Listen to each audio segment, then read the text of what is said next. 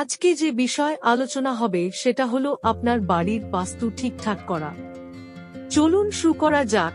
এক বাড়ির পূজা ঘর বা মন্দির শুধুমাত্র আপনার ঈশ্বর ও দেবতাদের পূজার জন্য ব্যবহার করুন। ঘরটিকে স্টোরেজ বা বাড়ির অন্য কিছুর জন্য ব্যবহার করবেন না।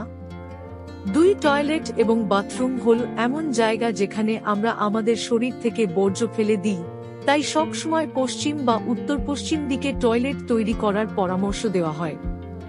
বাড়ির অন্য কোন দিকে টয়লেট থাকলে বাস্তু দোষের সৃষ্টি হয়।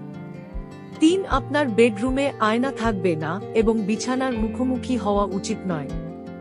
এটি আপনার জীবনে দুর্ভাগ্য নিয়ে আসে।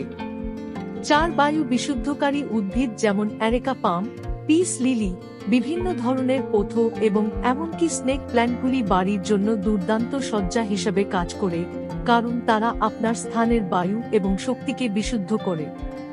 5. সূর্যাস্তের পরে পূজা ঘরে উজ্জ্বল আলো স্থাপন করুন। বাস্তুশাস্ত্র অনুসারে পুজোর ঘরকে কখনই অন্ধকারে রাখা উচিত নয়। এখানে বাস্তুদোষ এবং এর প্রকারগুলি গভীরভাবে আলোচনা করা হয়েছে।